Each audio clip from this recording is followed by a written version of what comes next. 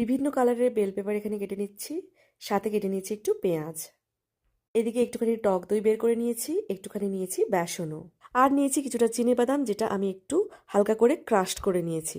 হঠাৎই Facebook scroll করতে করতে এই রেসিপিটা আমার দেখে খেতে ইচ্ছে করলো, তাই আমি এটা আজকে বানিয়ে ফেললাম। একে একে সরু সরু করে কেটে রাখা পেঁয়াজ, তারপর বিভিন্ন কালারের বেল পেপার, ক্রাশড বাদাম, তারপর একটুখানি লঙ্কা গুঁড়ো, নুন সবকিছু এখানে ভালো করে মাখিয়ে নিচ্ছি। এদিকে একটা প্যান গরম করে তার মধ্যে জিরে, শুকনো লঙ্কা, কারি পাতা, তারপর আদা রসুনের পেস্ট, একটুখানি হিং, এগুলো দিয়ে ভালো করে নেড়ে ওই যে সবজিগুলো সেগুলো দিয়ে দিয়েছি।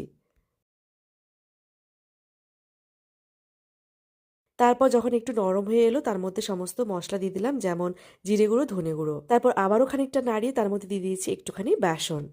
তারপর ভালো করে যখন একটু মাখো মাখো হয়ে গেল, তখন কিন্তু এর মধ্যে দিয়ে দিচ্ছি টক দই। অনেকটা তেল মশলা দিলে আরো বেশি ভালো লাগতো খেতে, কিন্তু এই খাবারটা যেহেতু মাম্মামও খাবে তাই জন্য আমি সেরকম কিছু স্পাইসি করলাম না।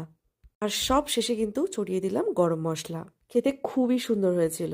ট্রাই করে একবার দেখবেন, খুবই ভালো লাগবে।